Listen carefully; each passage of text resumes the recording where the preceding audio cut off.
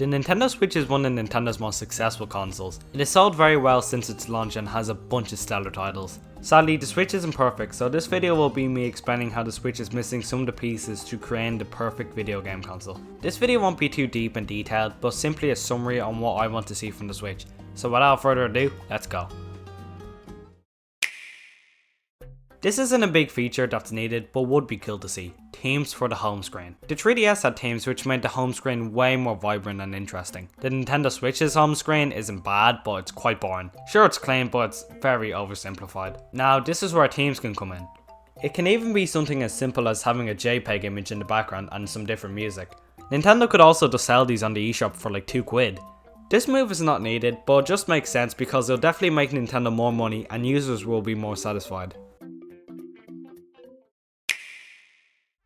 Sticking to the theme of Nintendo charm, I think that the eShop just needs music. Ever since the Wii, every shop has had one or more songs, so why doesn't the Switch even have one? Similar to themes, it's not a change that's essential, but would make the shop more enjoyable to browse.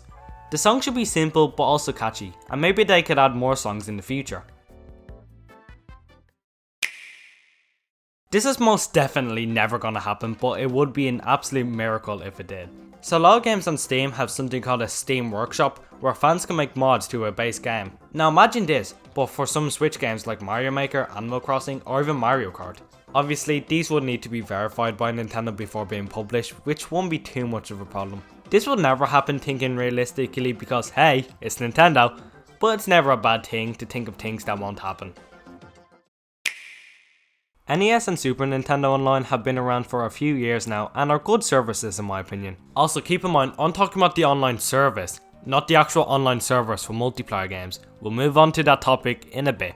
Anyways, I think that the library of games is solid enough for the price. Now these services are good, but what we want to see is N64 Online. The Switch is all about multiplayer and portability, so when there's a past Nintendo console that relies on one said feature, I think a combination needs to be done. Imagine Mario Kart 64, Smash Bros, Mario Party, Star Fox, and other multiplayer games on the go. There would also be single player experiences like Mario 64, Ocarina of Time and Majora's Mask, Kirby 64, and even a Japanese import of Animal Crossing. This is what fans want to see and should be implemented before it's too late. Also, who doesn't want to play Mario Party with Joy-Con drift? Do I have to explain myself? Like, really, do I need to explain myself? Nintendo's online servers are awful for the majority of Switch games. Simple answer. Nintendo could hire the subscription fee and get better servers, or just improve the servers while hiring the price. It's really that straightforward.